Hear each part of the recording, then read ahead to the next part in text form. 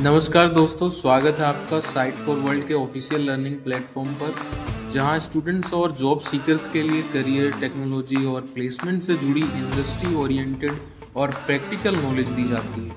अगर आप अपनी स्किल्स को नेक्स्ट लेवल तक ले जाना चाहते हैं तो आप बिल्कुल सही जगह पर आए हो। चलिए शुरू करते हैं आज का इम्पोर्टेंट सेशन। नमस्ते। आज हम एक सफर पे निकल रहे हैं। एक ऐसा सफर जिस पर एक्चुअली हम सब पहले से ही हैं। ये सफर है हमारी डिजिटल लाइफ का, हमारी डिजिटल दुनिया की यात्रा। तो चलिए इस जर्नी को थोड़ा और गहराई से समझते हैं। चलिए शुरुआत करते हैं इस एक नंबर से। स्क्रीन पे देखिए, 10 ट्रिलियन। पता है ये क्या है? ये 2025 तक हर साल साइबर क्राइम से होने वाला एस्टिमेटेड लॉस है। दिमाग घुमा देने वाला नंबर है ना? इससे साफ पता चलता है कि हमारी डिजिटल लाइफ में हमारा कितना कुछ दांव पर लगा हुआ। और देखिए, अब बात सिर्फ इंटरनेट यूज करने की नहीं रह गई है कि चलो थोड़ा काम कर लिया या थोड़ी ब्राउजिंग कर ली। नहीं, अब हम एक डिजिटल सोसाइटी में रहते हैं, जीते हैं। यहीं पे हम काम करते हैं, दोस्त बनाते हैं, अपने आइडियाज शेयर करते हैं। ये हमारी नई दुनिया है। तो अगर ये हमारी नई दुनिया है तो इसका पहला सेक्शन, इसका पहला स्टॉप है इसके छुपे हुए खतरों को समझना।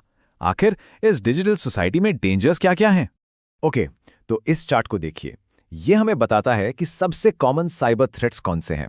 और इसमें एक चीज बिल्कुल साफ है, सबसे ऊपर 30% के साथ बैठा है फिशिंग। उसके बाद आते हैं मैलवेयर, मतलब आपके सिस्टम को नुकसान पहुंचाने वाला सॉफ्टवेयर, और रैंसमवेयर। लेकिन फिशिंग ही सबसे कॉमन क्यों है? ऐसा क्या है इसमें? तो ये फिशिंग है क्या चीज? बहुत सिंपल शब्दों में ये एक तरह का ऑनलाइन धोखा है। आपको एक ईमेल या मैसेज आएगा जो दिखने में बिल्कुल असली लगेगा।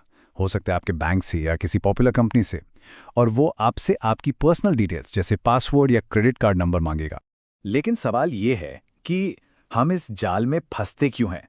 क्यों ये अटैक्स इतने सक्सेसफुल हैं? इसका जवाब ये है कि खतरे सिर्फ एक्सटर्नल नहीं हैं, सिर्फ बाहर से नहीं आ रहे।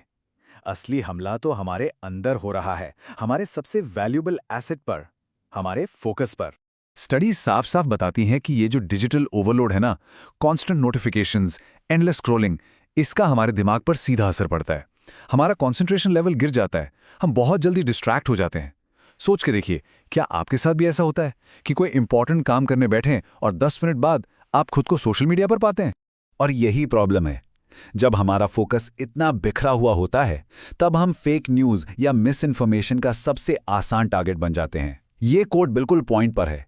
गलत खबरें हमारी क्रिटिकल थिंकिंग को कमजोर कर देती हैं और हम सही गलत में फर्क नहीं कर पाते। ओके, तो अभी तक हमने प्रॉब्लम्स की बात की, खतरों की बात की, तो इसका सल्यूशन क्या है? इससे बचे कैसे? यहां से हमारे डिस्कशन में एक टर्निंग पॉइंट आता है, एक शिफ्ट इन माइंडसेट, और इस शिफ्ट को हम कहते हैं एक डिजिटल सिटीजन बनना। तो सवाल है, ये डिजिटल सिटीजन होता कौन है? करन मॉसबर्गर की ये डेफिनेशन देखिए। उनके हिसाब से डिजिटल सिटीजन वो है जो इंटरनेट को अकेले टाइम पास के लिए नहीं, बल्कि सोसाइटी, पॉलिटिक्स और गवर्नमेंट में इफेक्टिवली हिस्सा लेने के लिए यूज करता है। मतलब ये एक एक्टिव रोल है, पैसिव नहीं। ये कंपैरिजन देखिए, इससे आसान कुछ नहीं। एक तरफ है पैसिव यूजर जो बस कंटेंट देखता है, कंज्यूम करता है और उस पर रिएक्ट करता है, और दूसरी तरफ है एक्टिव डिजिटल सिटीजन। ये इन्फॉर्मेशन को इवैल्यूएट करता है, उस पर सवाल उठाता है और सबसे इंपॉर्टेंट, अपनी सेफ्टी की जिम्मेदारी खुद लेता है। टारगेट नहीं, पार्टिसिपेंट बनता है। चलिए इसको और भी सिंपल बनाते हैं। डिजिटल सिटीजनशिप के बेसिकली 3 पिलर्स हैं, 3 सिंपल प्रिंसिपल्स। नंबर 1, रिस्पेक्ट, दूसरे यूजर्स की रिस्पेक्ट करना। नंबर 2, एजुकेट, खुद को डिजिटल वर्ल्ड के बारे में एजुकेट करना। और नंबर 3, प्रोटेक्ट, अपनी और दूसरों की सेफ्टी का ध्यान रखना। सिंपल है ना? तो चलिए अब आते हैं अपने आखिरी सेक्शन पर। सेक्शन 3, आपका मॉडर्न सर्वाइवल किट। अब हम उन टूल्स और स्किल्स की बात करेंगे जो इस डिजिटल जर्नी के लिए एब्सोल्युटली जरूरी हैं। ये पाई चार्ट देखिए, ये बताता है कि साइबर सिक्योरिटी के लिए अलग-अलग स्ट्रैटेजीज कितनी इफेक्टिव हैं। और इसका जो सबसे बड़ा टेक अवे है ना, वो शायद आपको थोड़ा सरप्राइज कर दे। तो सबसे इफेक्टिव डिफेंस स्ट्रैटेजी क्या है? क्या वो कोई महंगा एंटीवायरस है या कोई कॉम्प्लिकेटेड फायरवॉल? नहीं। देखिए, 35% के साथ टॉप पर है एम्प्लॉय ट्रेनिंग। इसका मतलब क्या हुआ? इंसानी जागरूकता, ह्यूमन अवेयरनेस। मतलब हमारी अपनी समझ ही हमारा सबसे बड़ा बचाव है। तो ये बात बिल्कुल साफ है, हमारा सबसे पावरफुल टूल कोई सॉफ्टवेयर नहीं बल्कि एक स्किल है, और वो स्किल है क्रिटिकल थिंकिंग, यानी चीजों को आंख बंद करके मानना नहीं बल्कि उन्हें परखना। तो आखिर क्रिटिकल थिंकिंग है क्या? ये कुछ स्किल्स का कॉम्बिनेशन है, जैसे इंफॉर्मेशन को एनालाइज करना, मतलब उसमें छुपे बायस और गलतियों को पहचानना, उसकी क्वालिटी और क्रेडिबिलिटी को इवैल्यूएट करना, सबूतों के बेसिस पर कंक्लूजन निकालना और अपने पर्सनल बायसेस को बीच में ना लाना। ये बेसिकली ऑनलाइन दुनिया के लिए आपका मेंटल आर्मर है। तो इस पूरी डिस्कशन के एंड में मैं आपको इस एक सवाल के साथ छोड़ना चाहता हूं। इस डिजिटल दुनिया में हम क्या बना रहे हैं? दीवारें या पुल? वॉल्स जो हमें एक दूसरे से अलग करती हैं, या ब्रिजेस जो हमें जोड़ते हैं?